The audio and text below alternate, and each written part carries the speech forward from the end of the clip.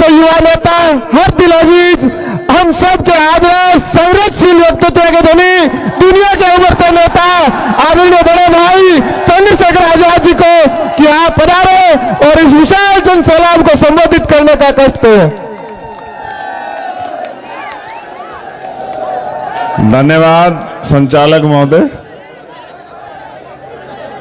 ये लोग पीछे हटो यार, वो देखो बच्चियां बहनें वहां खड़ी है, तुम लोग क्या कर रहे हो, पीछे हो जाओ।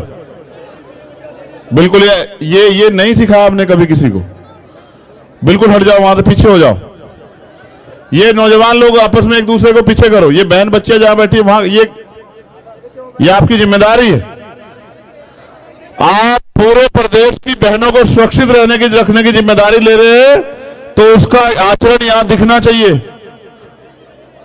पीछे हो जाओ और पीछे हो जाओ, जिससे कि ये सारी बच्चे, और आप ये जगह छोड़ो, इधर आ जाओ, उनको इधर भेजो, उनको इधर भेजो यार, खाली करो। आप लोग कहां, इसको इधर हो जाओ यार, आप बैठे हो जगह घेर के हो, तो वो कहां खड़े होंगे वो।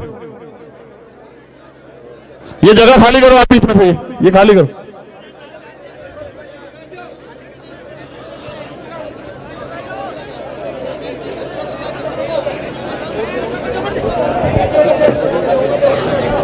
बहुत बहुत धन्यवाद। खीवसर विधानसभा की सभी सम्मानित जनता, इस मंच पर उपस्थित छत्तीस बिरादरी की सरदारी, हमारे सरपंच प्रधान जी, यहां के सम्मानित विधायक भाई नारायण जी और भावी मुख्यमंत्री राजस्थान भाई हनुमान जी बेनीवाल। ये मैं बार बार इसलिए आपको याद दिला रहा हूं कि आप अपने लक्ष्य को ना भूलें। मुझे तो पता है कि हम यहाँ किस उद्देश्य से इकट्ठा हुए, लेकिन आपको भी पता होना चाहिए। मैं धन्यवाद इसलिए दूंगा खीवसर की जनता का। अगर आप सहयोग नहीं करते तो देश को इतना बड़ा किसान नेता नहीं मिलता जितना बड़ा किसान नेता आपने दिया। समय समय पे भारत की धरती पे जन्मे सभी संतों, गुरुओं, महापुरुषों को नमन करता हूं और धन्यवाद देता हूं डॉक्टर बाबा साहब अम्बेडकर और सर छोटू राम का, कि उन्होंने आजादी से पहले तमाम तरह की अपमान, बुराइयां, जुल्म जातियां सहते किसान, कमेरों, नौजवानों, गरीबों को, वंचितों को आगे बढ़ाने के लिए संघर्ष किया। आज उनके संघर्ष का परिणाम है कि भारत में लोकतंत्र है और ये जो जनता है इसकी भी सुनवाई होती है। इस जनता को भी ताकत बनाने का मौका आता है। इससे पहले तो राजा महाराजाओं के यहाँ गिरवी रखा था, लेकिन आज ये आपके हाथ में है। और जो जन सैलाब यहाँ इकट्ठा हुआ है, मैं गारंटी से कहता हूं कि खीवसर विधानसभा राजस्थान की सबसे ज्यादा वोटों से जीते जाने वाली विधानसभा होगी। अब आपका मुकाबला खुद से है। अब आपको ज्यादा से ज्यादा परसेंटेज में वोट करना है, बस ये है सबसे बड़ी बात। आप अपने वोटिंग परसेंटेज, जहां जागरूक मतदाता होते हैं वहां पोलिंग परसेंटेज बहुत ज्यादा होता है।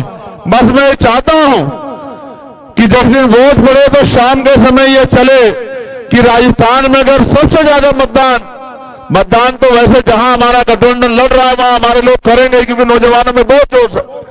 लेकिन मैं चाहूंगा कि खीवसर की पट्टी ये चलनी चाहिए कि 80% से ज्यादा मतदान जो है वो खीवसर में हुआ और 75% मतदान भावी मुख्यमंत्री हनुमान जी बेनीवाल के खाते में आना चाहिए।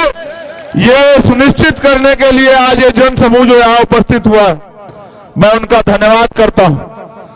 मेरे प्यारे साथियों, हनुमान जी बेनीवाल के लिए मैं कुछ नहीं कह सकता, आप बेहतर जानते हैं। आपने तैयार किया है, आपका तैयार किया हुआ सफाई है, आपके लिए लड़ता है, आपके लिए संघर्ष करता है, मोदी से भी लड़ता है, गहलोत से भी लड़ता है, हर लड़ाई लड़ता है, अपमान, आरोप, पता नहीं क्या क्या झेलने पड़ते हैं। वोट की शक्ति बहुत बड़ी शक्ति है। आपकी वोट राजस्थान के उज्जवल भविष्य का फैसला करेगी।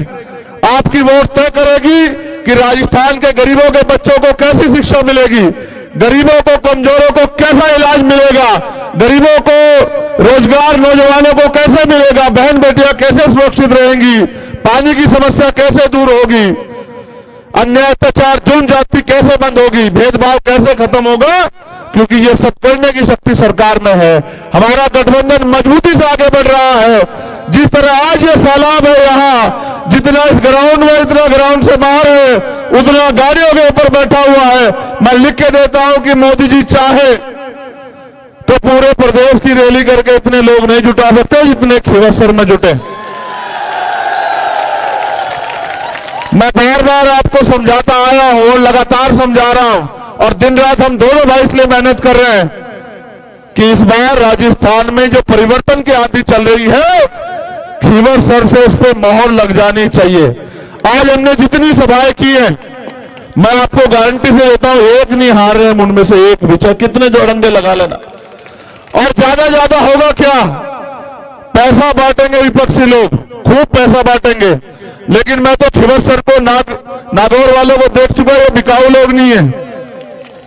मगर मैं गरीबों से, किसानों से, कमेरों से जरूर कहूंगा, अगर ये पैसा दे तो जेब में रख लेना। इनका अपना पैसा नहीं है, आपकी खून पसीने की टैक्स की कमाई है, वो आपने इनको दिए, इन्होंने जेबों में भर लिए।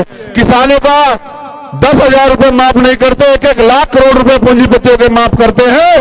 3 लाख करोड़ का बजट है यहाँ का। अगर 3 लाख करोड़ अपने बच्चों के, अपने क्षेत्रों के विकास में लगाने हैं, तरक्की के लिए लगाने, राजस्थान को उत्तम प्रदेश बनाना है, तो फिर चूकना नहीं है अपने एक वोट को गठबंधन के निशान पर। और यहां गठबंधन का निशान क्या है बताओ, जोर से बताओ। तो बोतल को जोर से वोटों से भरकर उसका ढक्कन बंद करके 25 तारीख को जो है जयपुर की तरफ चलती कर देना। 3 तारीख को मेरा जन्मदिन है। मैं अपने नौजवान भाइयों से कहूंगा, वास्तविकता में अगर मुझसे प्यार करते हो तो 3 तारीख को मुझे जन्मदिन का तोहफा दोगे नहीं दोगे बताओ? पक्का? ऐसा तो नहीं किसी के बातों में आ जाओगे और कहीं चूक कर जाओगे? पक्का? तो कितने वोट से जिताओगे बताओ जोर से? एक मत होके बताओ, आपस में पूछ लो, मेहनत करनी पड़ेगी तभी बनेगी बात। कितना वोट जिताओगे? मुझसे फिर एक बात आप लिखवा लो और अपने घरों पे जाके लिख लेना इस बात को। इस बार आरएलपी आईएसपी गठबंधन इतनी सीटें लेके आ रहा है कि किसान का बेटा आपके अपने बीच का आपका भाई मुख्यमंत्री बनेगा, कोई रोक नहीं सकता। और जब जब नागौर का बेटा मुख्यमंत्री बनेगा तो खींवसर में विकास की गंगा बहेगी। गंगा भले ही उत्तर प्रदेश में हो, लेकिन विकास की गंगा वो नागौर से चलेगी और पूरा प्रदेश खुशहाल होगा, किसान भी खुशहाल होगा, मजदूर भी खुशहाल होगा, नौजवान को भी रोजगार मिलेंगे, बहन बेटियां भी सुरक्षित रहेंगी और ये क्षेत्र तरक्की भी करेगा। लुटेरे भ्रष्टाचारियों का कुंडा बंद हो जाएगा और बोतल और केतली वाले जयपुर में कब्जा जमा के बैठ जाएंगे। मैं आपसे आग्रह करूंगा, अगर वास्तविकता में आप अपने नेता से प्यार करते हैं, नेता आपसे कुछ मांगता नहीं है, नेता बस आपकी और ताकत भी इसलिए चाहता है कि आपकी लड़ाई लड़ सके। अगर नेता कमजोर हुआ तो आपको दूसरों के दरवाजे पे जाना पड़ेगा। दूसरों के दरवाजे पे जाओगे, हमारे नेता मान्यवर काशीराम साहब कहते थे कि दूसरों के महलों से अच्छी होती है अपनी झोपड़ी, वहां आदमी मालिक होता है।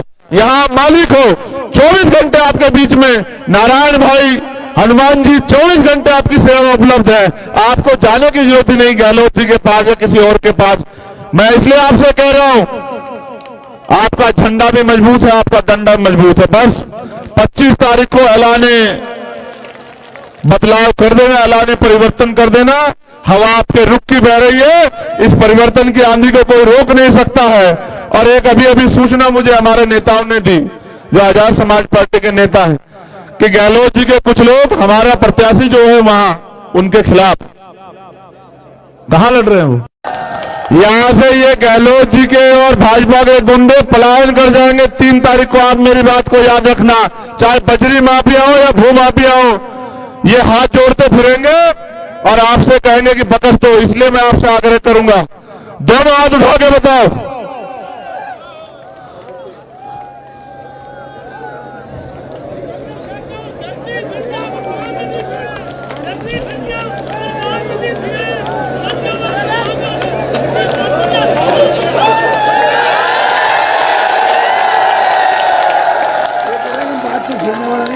अच्छा सुनो, ये बहुत अच्छी बात बताई आपने, वाह जी वाह। ये नागौर वाले बात से नहीं फिरते, तो फिर हमारी बात भी आप सुनो। हम भी धरती आसमान एक कर देंगे हनुमान बेनीवाल जी को मुख्यमंत्री बनाने के लिए, आप याद रखना।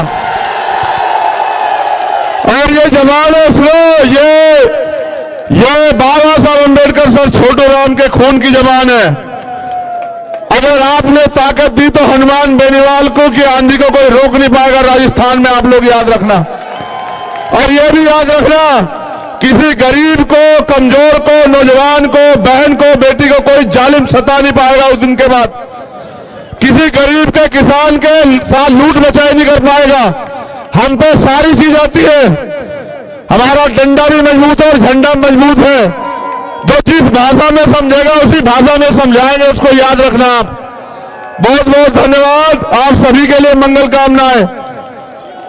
विजयी हो, विजयी हो, विजयी हो। जय